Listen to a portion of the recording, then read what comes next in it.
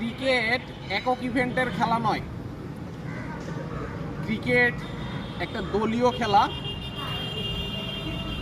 একটা টিমের যখন দলীয় পারফরমেন্সটা ভালো হয় তখন একটা দল জেতার পরিস্থিতিতে থাকে।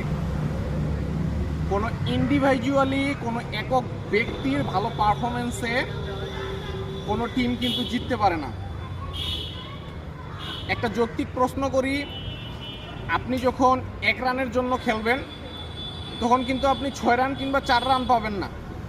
আপনি যখন 6 রানের জন্য খেলবেন তখন কিন্তু আপনি 4 রান, 6 রান কিংবা 2 রান, 1 রান পাইতে পারেন। অর্থাৎ আমি বোঝাতে চাচ্ছি আপনাকে অ্যাটাকিং খেলতে হবে। অ্যাটাকিং খেললে আপনি খুব তাড়াতাড়ি স্কোর করতে পারবেন। সাকিব এবং তামিম সম্পর্কে বলি, সাকিব তামিম যদি ন্যাশনাল টিমে না খেলে তাহলে মনে হবে না যে এটা বাংলাদেশ ন্যাশনাল টিম খেলছে। তারপরও তাদের পরিবর্তে যাদেরকে সুযোগ দেওয়া হবে তারা কিন্তু সেম কাজটাই করবে। যেমন তামিম ওপেনার করে অন্য কাউকে ওপেনার হিসেবে দিলে সেও রান করার চেষ্টা করবে।